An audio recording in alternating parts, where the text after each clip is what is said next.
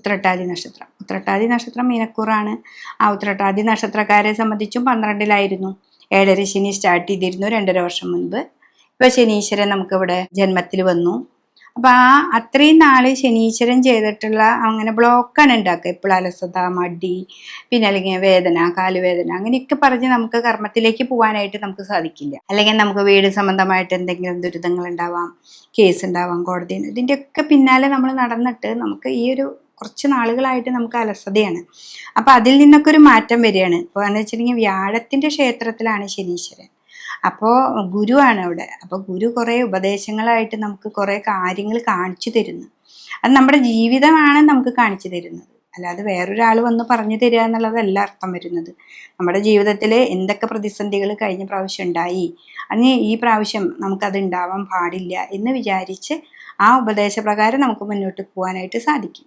പിന്നെ 3-ലായിരുന്നു വ്യാഴം. ഇത്ര നാൾ നിങ്ങൾക്ക് 3-ലായിരുന്നു, ഇനി 4-ലേക്കാണ് വ്യാഴം വരുന്നത്. അപ്പോൾ വ്യാഴവും നന്നായി നമുക്ക്. പിന്നെ അതേപോലെ 6-ാം ഭാവത്തിൽ കേതു വന്നു. 6-ൽ കേതു വരുന്നത് നല്ലതാണ്, പക്ഷെ 12-ൽ രാഹു വരുന്നത് അത്ര നല്ല ശുഭമല്ല. എന്നാലും നിങ്ങൾ വളരെയധികം ആ ഗുരുവിൻ്റെ ഉപദേശപ്രകാരം നമ്മൾ ഉപാസിക്കുന്ന ദേവതയോ അല്ലെങ്കിൽ നമ്മൾ ഇത്തിരി നേരം മെഡിറ്റേഷനൊക്കെ ഇരുന്ന് നമ്മൾ മുന്നിലേക്ക് പോവുക. നമ്മുടെ രോഗത്തെ, അതായത് നമ്മുടെ ശരീരത്തിൽ ഉണ്ടാകുന്ന മാറ്റങ്ങൾ, രോഗങ്ങളോ അല്ലെങ്കിൽ എന്തെങ്കിലുമൊക്കെ ഉണ്ടെങ്കിൽ അതിനൊക്കെ നമ്മൾ ഇരുന്ന് മെഡിറ്റേഷൻ ചെയ്യുക.